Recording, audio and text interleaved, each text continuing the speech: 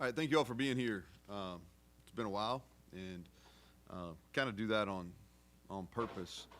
I know I did a podcast and maybe one radio deal, but I think head coach fatigue's real for probably for you all. I know it is for our team sometimes. So I don't get up and preach to our guys much during the winter either. But good to be back in front of you. We've had a productive winter. Really give a lot of credit to our support areas. I think as we've progressed as a program, I think one of the real strengths of what we've been able to do is in our support, strength conditioning, nutrition, sports science, recovery, athletic training. Those in sports psych, those have become real strengths of ours. And over the last 9 weeks, is that group has really led what we've been able to do. When you see our guys, I think Monty will talk to you, but on Wednesday when y'all are able to get out and see it, you're gonna notice some significant differences in bodies, some body composition, some body weights, and that's a credit to that group. You know, they've done a really good job. The way we break it down is, I think I've said this to you before, but we go winter, and you know that's really an 8 to 9 week phase. Then we go into spring ball, which is five weeks, and get a break during May. Then we come back, got another 8 week summer session. The summer is very similar to what we're doing in the winter, and then that leads us into fall camp, and then of course into the season. So that's kind of how we break up the year. Spring, I've told you all this every year. I think I've been here. It's one of my favorite times. It's a great opportunity to teach. You don't have the pressure of really getting prepared for a game, and so practices, you're not going back to back, and so it's always been one of my favorite times. I'll kind of give you like what we're kind of focused on that we've been talking about within our team to give you an idea.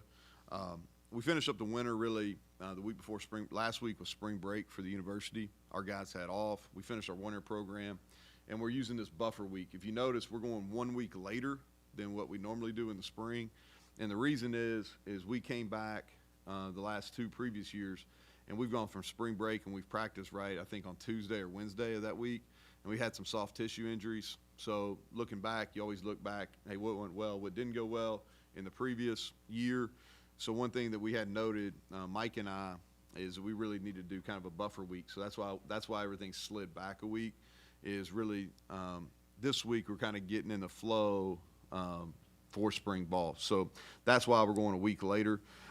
Really what our emphasis is really this is a teaching time for us, the spring period. We haven't done a ton of football leading into spring ball, and really what we want to teach is guys how to meet, walk through, and then practice as we prepare for the season.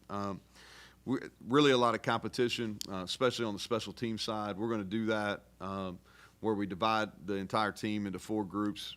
I think y'all followed that, where we'll have 4 captains and we'll do special teams competition, and then a lot of competition both positionally and then offense versus defense. This is a real focus on fundamentals. You know, I think we made a strides last year. We've got to continue to grow. In one area we've really got to do that is from a fundamental perspective. We get schemes, repetitions, and what we're trying to do is we're preparing for the season. So we're going to install our base offense, our base defense, our base special team schemes, and then try to rep it not only versus look that for our defense that our offense presents, but things that they're going to see down the road in the season. Same on offense, not just against the defensive looks that we're teaching, but also try to prepare them for what they're going to see as we get, especially into Big 12 play.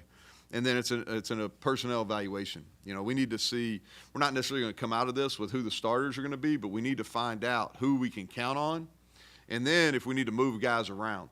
And then especially on defense, what some of our sub packages look like. So, and then we need to stay healthy. You know, I had a couple injuries last spring, and you know we need to avoid those at all costs. I think some of that's on us as coaches and with Mike as far as making sure we're practicing the right way. And then some of that's on our players as well to make sure they're taking care of their bodies and then make sure they're staying off the ground, et cetera, when we practice. We've got new guys that are here. I think you all know. I just want to quickly kind of tell you that because you'll probably ask. Israel Boyce will play safety. Nate Gabriel's going to be at our nose. Zay Jennings is going to play both our spear and our safety. We'll kind of dual train him. Elijah Kinsler will play D tackle. Obi is going to be at our spur position, our bandit, and then Samarco will play tight end, and then Clay Ash is also here from Leesburg, Virginia. He'll be a running back for us. Xavier Bosley is going to play tackle. Jaden Brave, we're going to move him around. He'll play a little bit all over, but primarily be an outside receiver. Reed Carrico is playing the Mike for us. TJ Crandall will be at corner. Ty French is going to play, again, the spur bandit position. Aiden Garnes, we're going to train him really at all three positions. He'll primarily play corner, but we're going to teach him spur and then he can play some deep safety as well. Garnett Hollis is here, and he'll go through spring. He'll be a corner for us. Really excited about his addition. TJ Jackson is going to play both of our D-line positions. He'll play the field end and the boundary end. And then Jaheim Joseph, who is also here, and we'll dual trade him at both deep safety and at the spear position too. So those are guys that y'all are probably going to ask about, so I wanted to make sure I hit on that. A couple other things I wanted to hit before I turn it over to Greg and questions. I want to wish women's basketball the best, man. Excited for them. I really enjoyed watching them play. I hope we can defend like they defended this year. It's pretty impressive, and so I want to wish Coach Kellogg and those guys and those women the best of luck in the tournament. And then wrestling. Wrestling's had a tremendous year. So Coach Flynn and those guys, I know they're at the Nationals, so I want to wish them good luck. I'll hit a couple other things at the end, but I'll turn it over to Greg. Questions? So tons of questions, but to start with injuries, you mentioned you had a bunch spring, then through last year, some significant ones. Yep. How are they coming back? Anybody who's not going to be able to practice this spring as they recover from off-season stuff, whatever? Yeah, so what I'll try to do is try to hit these. And if you have questions, anybody that has questions about injured guys, y'all just ask them right now. So I'm just going to go down the list. Bryce Biggs will be limited. He'll be out there. You'll see him when you're there on Wednesday. Thomas Remack will miss. He had off-season surgery. He'll miss the spring. He'll be a little bit more active as we go, but we're going to keep him out of practice. Cole Taylor had off-season surgery. He'll be limited. He'll be out there running around, but he will not have contact. Trey Lathan's back full. He'll practice full this spring. Josiah Trotter will practice full this spring. C.J. Donaldson will be limited. As you know, he had off-season surgery before the bowl game. He'll kind of progress as we go through the spring.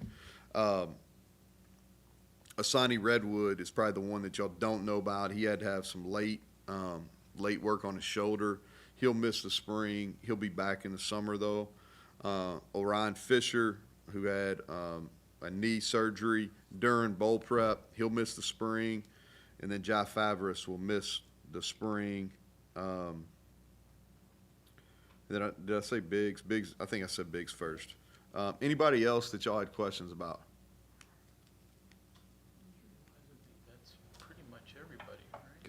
Yeah. And then follow up with you mentioned a couple guys switching positions or maybe cross training. Any position changes?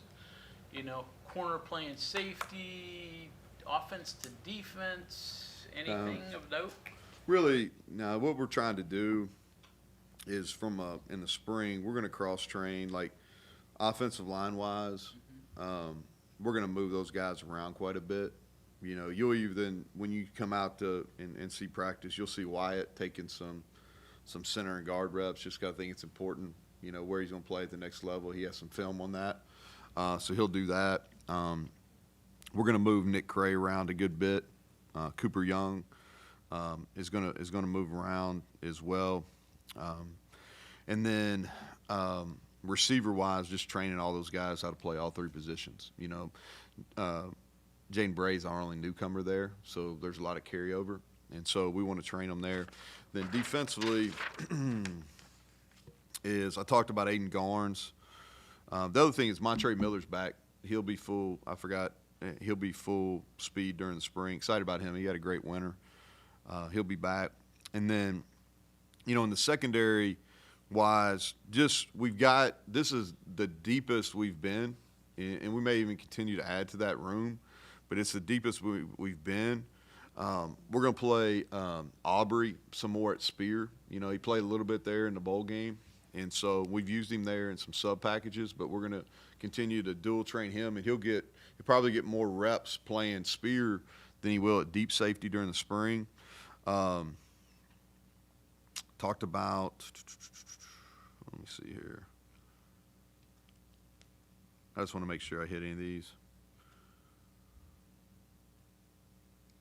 That's really it from a position standpoint. Nobody else is really, we're not really changing positions as much as just dual training some guys. Any additional turnover, Neal? I know portal can't open right now, but any guys that aren't with the program? Not right now. I'm sure it'll change, but no, not right now. No, we've had our group. We're in a good place. I like this group. It's been fun to work with them. On purpose in January, I didn't go out on Mondays and Fridays until later, just so I could be around them on Monday and Friday morning, myself and the coordinators. And so there wasn't this big gap between when I was around them. And we're working at the highest capacity. We've got our best leadership that we've had. And so it's been a fun group to coach. It's a close group so far. We've got to continue. And we've challenged them more in this offseason. We've challenged any group that we've had just because, for us it's about taking the next step. 9 wins in a bowl, how do you get that over the hump and be able to finish games where you can go play in Dallas? And that's kind of the push for us is we got to continue to get better and to get over the hump. New assistants, recruiting areas for those guys? Yeah, so staff-wise, let me just talk in general about staff. And so defensively, Jordan's moving to where he can oversee. He's not going to have a position. And a couple of reasons behind that is I want him to be more involved with each of the groups. I think that'll help him from a relationship standpoint. And adding Vic Cabral, which I'm really excited about. He's coached in the style of defense that we're running, and he's been really productive. His units have been really productive, especially rushing the passer, and I think that's something that we've got to get better at. And our overall TFL numbers, sacks have been pretty good, but we need to win more in one-on-one situations. I think he'll really add to that. And then I wanted the secondary to be together, and Jordan's going to help Shadon with that, and we've got some analysts and GAs that are really qualified. But I wanted the secondary to be together primarily from a communication. I wanted to make sure that they were all hearing the same language and they were all on the same page. And so having Shadon use that entire group, and then our GAs and Jordan, et cetera, can help them once we're on the field. But I felt it was really important for that group to meet together.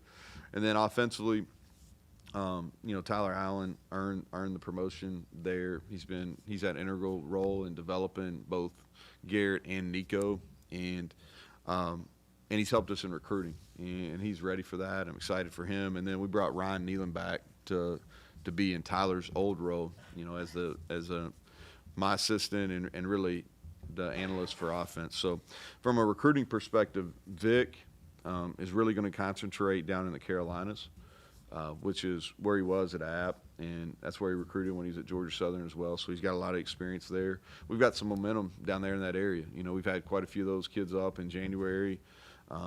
Quite a few of them are kind of slotted to come for spring practice. And I think the bowl game's a reason why. We were down there, obviously huge West Virginia presence there for the game. And I think that it kind of rekindled some interest, and that's a large alumni base for us too. So that's where he's going to be. Tyler will primarily focus on quarterbacks, and then we're still shifting areas a little bit, but I'll get that.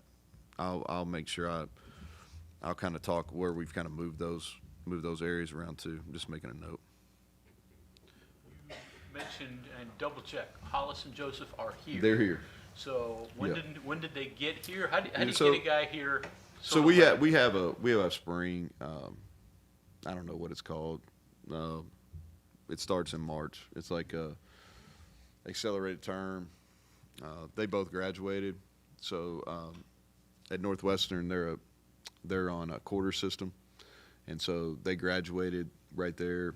So they finished up, and we were able to get them into grad school here during the term for us. It starts in March. What's that called? A mini-mester, maybe? I don't know. So how much does it help? I I mean, because they're It'll help. guys Yeah, usually well, get those guys have contribute. played a ton of football. You know, they played a lot of football, and they played quality football in a tough league. And so, without question, you know, we wouldn't bring guys in that had very little eligibility left, unless we thought they could really help. And it will benefit them. It'll benefit them for sure to be in the spring, be here during the spring. How different is it to go into a season without 14th place pick Yeah. to inspire your team, to tell them, and rather than tell them you're better than what people say you are, than to say, this year you have to probably tell them you're not as good as you think you are. Yeah. You know what, Bob, and I'm not avoiding this at all, but we really will get to that in the fall.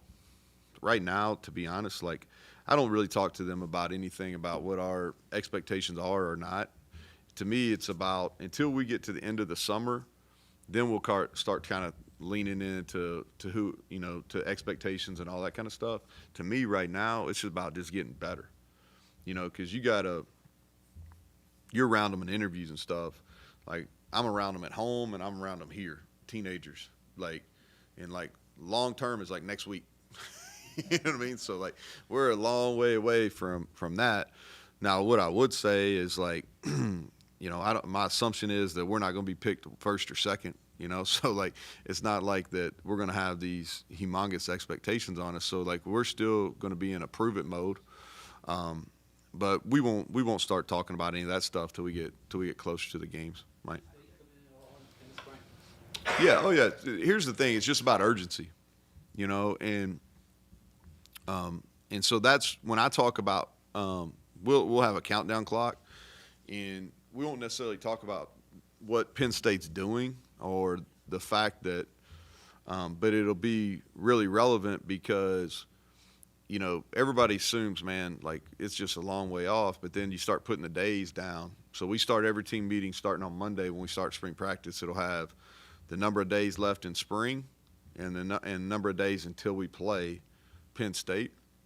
And we just do that so they understand there's some urgency here. You know, we're not like easing into it. You know, here they come. Mike. Yeah, so kind of on a similar note of what Bob's talking about, how is even starting this spring different for you than even the last couple of years, but started last year when it's more of players returning that you're, you know, glad to have back, and then there's not as much of a there are position competitions obviously, but Green's the leader of the team, he's the QB1. We started spring last year where you're already looking at a QB competition. How is that different for you as a coach? Is that easier? Is that harder? Is that different for the players? Or is it just a similar thing? No, so I think that's, you know, I talked about this is by far the most production we've returned and the most really depth that we've returned without question. And so for us, it started in January, and that's why we've really pushed. Like, we got to do hard stuff better. And like we've intentionally made this offseason extremely hard. And because, you know, the expectation levels have increased. They're going to increase outside the building, but they've also increased inside the building. And so we got to coach these guys harder. We got to put harder stuff in front of them. And so that's kind of how we've embraced it. You know, with your staff, a lot of the assistants you've hired here, this has been their first Power 5 job. Why do you kind of go for the young guys? You know, that's a quality question. I will say that. Mustache threw me off there, but like but yeah, it's a good question. I really like. It doesn't matter I like trajectory, right? And so it doesn't matter if I'm buying a stock or I'm buying anything. If I'm hiring people, like I want people on a trajectory, and hunger is really important.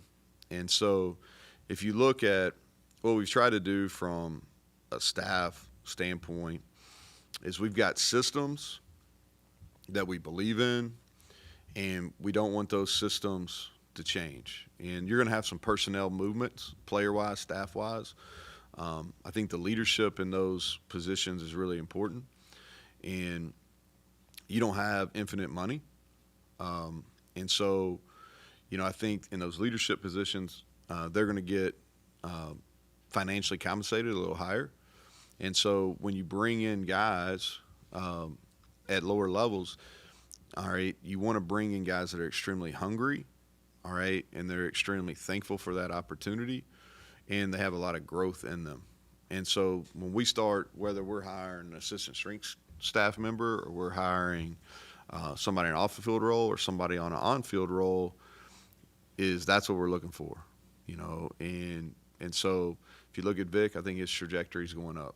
And he's been at G5 programs, but he's been at highly successful G5 programs, and he's hungry.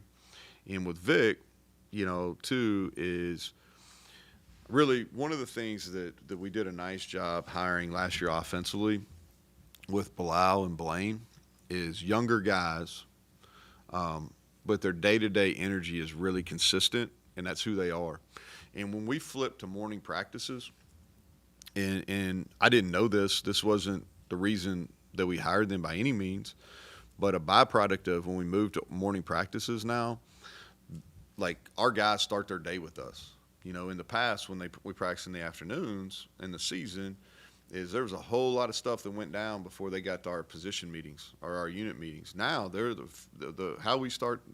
Each of our players start their day in this building, and having those positive, energetic people in our offensive unit meetings and in those position rooms really positively affected our offense. And I wanted to add that to our defensive side, but it has to be authentic. It can't be fake. And you're going to get a chance, I don't know, one day next week, y'all are going to get a chance to sit down with him. And that's one of the things that's really jump out to you is he has this natural energy about it. And people are genuinely drawn to him. And he'll be able to connect not just with the outside linebackers he's coaching, but with our entire defensive unit. So I'm excited about that aspect for him. Is any part of that your path? Just you were at a group of 5 before West Virginia, so it's almost they kind of connect to you a little bit with your hunger and your I probably, injury? you know, I like people in general that haven't had a silver spoon in coaching. You know, I think that, and what I mean by that is I like that people that have worked their way up. That doesn't mean that everybody has to do that to be a successful coach, you know. Like you did. Yeah, but I wouldn't say that I'm really, because trust me, y'all point out my lot. Like I have plenty of flaws, right? And so I'm not really trying to hire people that are exactly on the same path I am. But I do like hiring individuals that have not had the easiest path. And because when you have jobs at a D2 or FCS level, and then you go up to G5, like you learn how to do more with less, and you have to do more things earlier in your career. And a lot of the best training, in my opinion, is on the job training. Like I'm so thankful. My first full-time job was at Sacred Heart, which at the time they've done a really good job as a program. They've grown, but at the time was non-scholarship FCS football, and I had to do a whole lot. You know, and I was messing up, and nobody really knew. You know, media in-house or out-of-house, you know, they didn't really know. And so, but what I probably learned more in that little under a year where I had that job than probably any job I've had. And so I like people that have kind of learned on the job and kind of moved up and progressed up the levels. Coach, you mentioned that Xavier Bosley is one of the newcomers, obviously an in-state kid. What really stood out to you and your staff about him coming in, and then what excites you about him this spring? Yeah, it's talking about Xavier first. I want to send my condolences to his mom. She lost her mother and his grandmother, and so I want to let the family know we're thinking about them. So Xavier's came in here and he's gone to work. You know, he had a lot of success at his last place. Was a freshman All-American, and the credit for him goes because we recruited him really hard. We really, we recruited him really hard to be a walk-on, be a preferred walk-on in our program. Rick Trickett really believed in him, offered him down there, and Rick does a great job. I think that's been well documented. He's done a great job everywhere he's been. And Xavier went to him, and credit to him, he changed his body, man. He really looks a lot different now than he did, finishing his junior year in high school. And so he's got a lot of length. He's got to continue to get stronger. We feel strongly he's going to play tackle, and he's going to be in the mix. You know, he'll be in the mix, and he's going to get a ton of reps. And we feel like he's going to be have the opportunity to be a great player for us. You did one, your defense, last time we did one of these, you were talking about being a 3-4 and kind of having to grow into that. just through off-season development, the portal, feel like you've made steps there closer to your goal, your ideal? Yeah, we are. You know, I hate it for a signee that he's going to miss because I think he's really on the cusp of kind of taking the next step. And he played his best game as a Mountaineer in the bowl game. He played really well in the bowl game. I think we probably need maybe one or two more bodies in that room.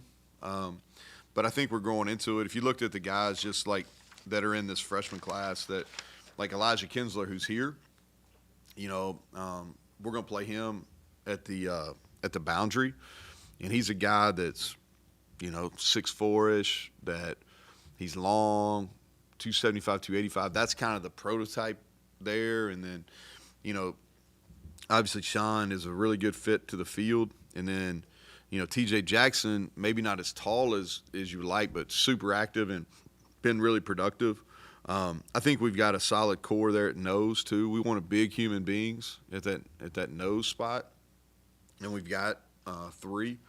The one person I'm really excited about watching in the spring is Corey McIntyre in that room. Like, we played him some in the bowl game, and he's got twitch, and he's really worked hard. I think he's going to be a for sure factor for us. But we're working toward that. We're probably maybe one class away from being exactly what we need to be as far as numbers-wise and, you know, size-wise for playing the 3-4. Did I answer that there, Mike? The whole, like, the No, front front. two levels. Yes, front. You know, I think that we've got to continue. Ty French was a great addition for us. Tyron Bradley, you know, kind of feeding off what I said about Asani Redwood. He played his best game here in the bowl game, and he's had a tremendous winter. I think he's ready for the next step. We've got to grow that depth at Spur because we're asking them to drop a little bit more maybe than we did when we were more of a four-down frontish the first 4 years. And so we've got to continue to probably grow that room as well.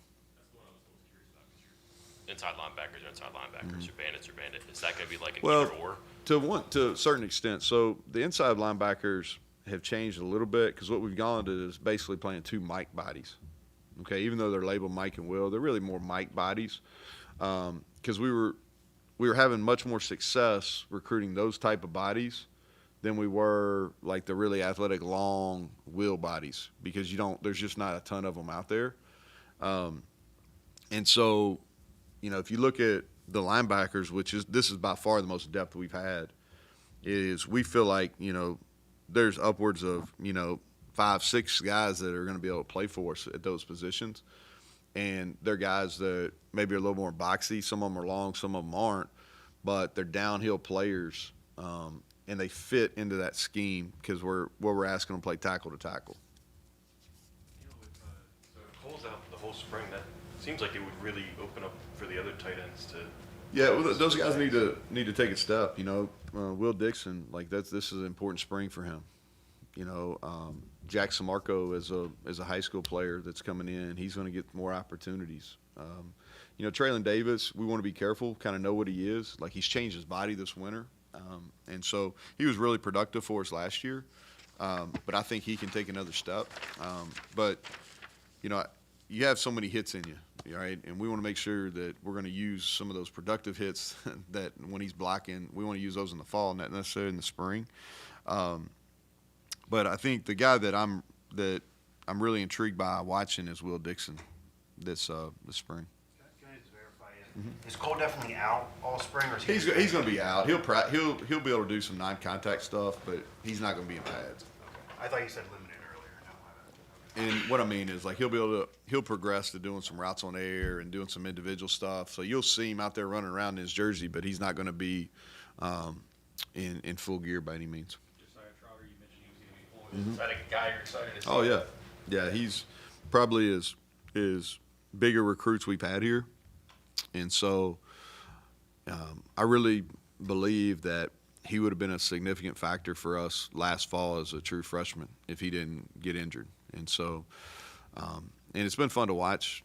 You know, like obviously he comes from a strong background with his father and his brother, but he's prepared. Last year he prepared like he was playing every week, even though he was clearly going to miss the season. And so I know he's probably itching to get back on the field as much as anybody in our program. Yeah, go. With the spear. I know you mentioned possibly playing Aubrey there. Who else is in the mix there? Joseph and Yeah, so we're gonna Riley Collins back, had his best winter.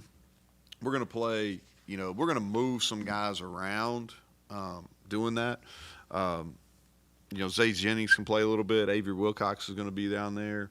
We're gonna, when we get into our dime stuff, it'll be another corner that moves in, and so just gonna really try to find like who are the best guys. And where I'm excited to see Aubrey down there is because he's proven that he can come off the edge and blitz. And we weren't as good at that last year. When Tyke was here, he really did a nice job with that. We used him because he was really productive off the edge. But we really haven't had that blitzer. But Aubrey's got a really kind of a natural feel for that. And so I think that can be a bump to if we can do that. Garrett and Nico, what do you ask them to do this spring? I mean, areas they need to improve. Yeah, and I'll say this too. I mentioned Xavier and Garrett. Garrett lost his grandfather at the end of last week, and so that's his dad's dad, and they were really close. So Garrett's actually going to miss our first practice. He won't be here on Monday because he's going to his grandfather's funeral in Miami. So again, our thoughts are with his family.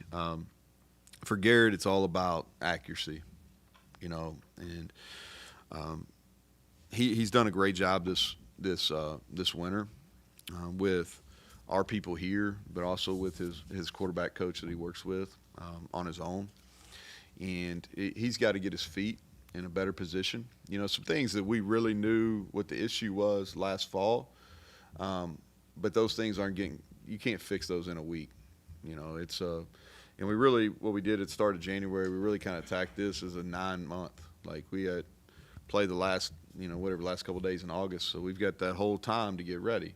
And there's going to be some ups and downs, because he's changing some things with his feet and some of his arm angles and things like that. So we knew it was going to be kind of playing the long game, but he's got to be more accurate, and I think he can. If you look at some of these guys that are in the draft class this year, one guy who I've followed a bunch just because we may even been the first to offer him when I was at Troy is Bo Nix, and Bo made a significant jump in his completion percentage, and I think Garrett is fully capable of making a big jump, in completion percentage. So that's the number one thing for him is continue not only to grasp what we're doing offensively but he's got to get his completion percentage better and then getting some of the touch throws down.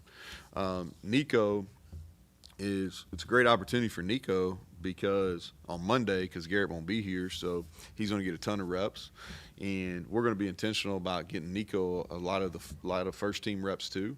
And it's going to be like he is much more comfortable, as a college football player. Like playing that position is really hard, and sometimes it happens really fast for people. And sometimes it takes a little time, and it's taking some time for him. He's still undefeated as starter. He's done some good things, but it's taken a little bit of time. And but just understanding defenses and understanding schematically what we're doing, not only in the pass game but in the run game, he's much more comfortable.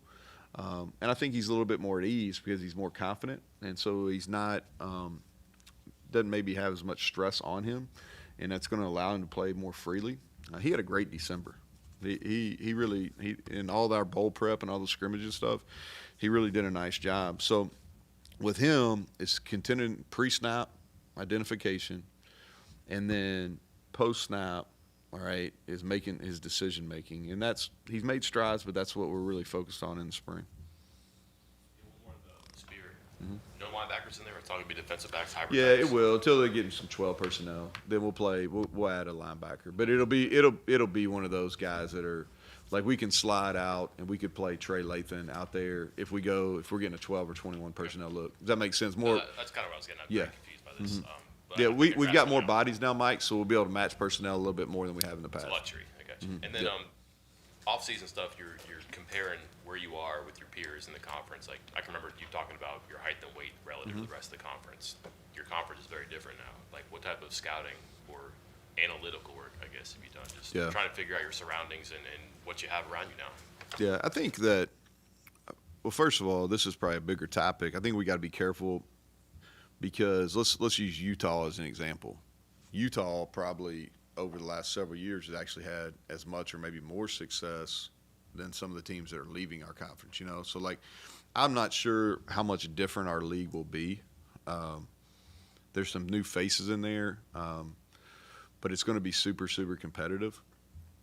But I think from like a body type and what we're trying to get to, where maybe we're not totally there, but we're much closer, especially from a length and weight standpoint than we have been in the past. Coach, pivoting from spring practice, obviously the Big 12 NFL Combine is right around the corner, and one of the players that will be participating for WVU is Zach Frazier.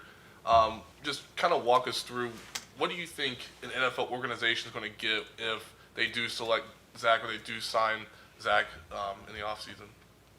Well, they're going to get a great teammate, tremendous human being, first and foremost. And that's not everybody, but that's him. And you're going to get somebody that has a work ethic, both in the film room, weight room, on the practice field, that's unmatched. And I firmly believe like he's going to be a starter in the National Football League from year one and for as long as he is physically able to play. And I think he's worthy of a very early draft pick. He's he's got the physical tools, plays with great levers. His hands are extremely strong. Mentally, schematically, he's as advanced as anybody that's in his class. And so he's going to be physically and mentally ready to go play at the highest level. So that's probably a good start. A couple other things I was going to, if y'all had any, I'll take some questions, just some things I wanted to hit on before I talked about Garrett. Access-wise for you all, we'll do it very similar to what we did last spring. If you remember, Monty would send out at the start of the week. We're on a little bit different schedule. We don't have just a normal rhythm. This stuff has gotten so crazy, man. I tried to keep our guys and our staff free on a couple more weekends than what we've had in the past. So we've got some Monday, Wednesday, Friday weeks, and then we've got some Tuesday, Thursday, Saturday weeks. Not going back-to-back days at any point, but he'll get to you in the front of the week. You'll get access. I've said this in the past, like our guys like having you out there, and so you'll get access and get what you need done. I want to mention this from a promotion standpoint for a second. We're doing not we are, but the Country Roads Trust is doing a fantasy camp on, I think, April 5th and 6th, the first weekend there, and doing it during spring practice. And really, this is the inaugural, but what I hope it turns into is kind of almost a reunion weekend for some of our former players. We've got 5 guys that are coming back, excited about them. It's a neat opportunity for our fans. I know a couple of my family members are using it as gifts for individuals to send to it. I know a couple of corporations are using it for gifts for employees, and so it's our inaugural one, but something I'm excited about. Another thing is all of our people here have been on me about social media. All right, so I've kind of been anti for a while, but. So I'm gonna have a return to social media, and so I'm not going Lane. All right, I'm not going. Even though he is a good follow. He is a good follow. Credit to him. But what we're gonna do through my social media stuff is give some behind the scenes access, some behind the scenes, kind of getting to know the people, both our players and some of our support people that really kind of make this whole organization go. We're going to give some behind the scenes and really highlight people more than we do on some of our other channels. So we're going to do that. Anybody else have questions? Yeah, Mike. New contract? Yeah, I think that was Ren and I worked on that for a good bit. I think most of what you've seen is pretty accurate. My family and I, we've enjoyed our time here. We want to continue to build this and do it in the right way. I think it's fair to both sides, and so I'm excited about it, and it's probably as much as I'll say about it. You did give money. Yeah, I don't say give money. More money is in the pool for assistant coaches. How that was obviously important to you. Yeah. Why'd you want to do that? Well, I just think it's important. You know, I think that in leadership is you don't want to ever ask somebody to do something that you wouldn't do, and I think you're investing in people, and so they need to understand the importance level of it, and so that was kind of the decision making behind that. One other question about Zach. From whenever you first took the job at WVU and you saw Zach for the first time to where he ended his career last season, where do you think he made the biggest transition in not only his game but just who he was as an individual? Well, the biggest jump he made is his ability to communicate.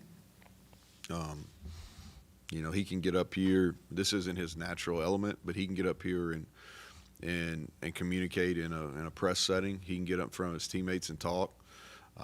He can get in front of a position meeting. Got very good feedback on his meetings with the NFL personnel. I think that's his biggest growth. You know, that's probably what you weren't looking for. You were looking for something on the field. If you talk about on the field, you know, he never played center in high school, and so as a sophomore, junior, and then his fourth year, you know, his snaps got increasingly better, and that was something that he never had to do, and so that's something too that I think improved. He's always been a natural strong guy. He's always played with great leverage, and I think that goes to his wrestling background. And then his football knowledge, and I think that was through our staff here, but also just him being diligent and working on it, and understanding what defenses were doing. And we probably did as good a job as I've ever been around, is getting our people on the most dangerous defensive threats, and he's making those identifications. Anybody else? All right. Thank you all.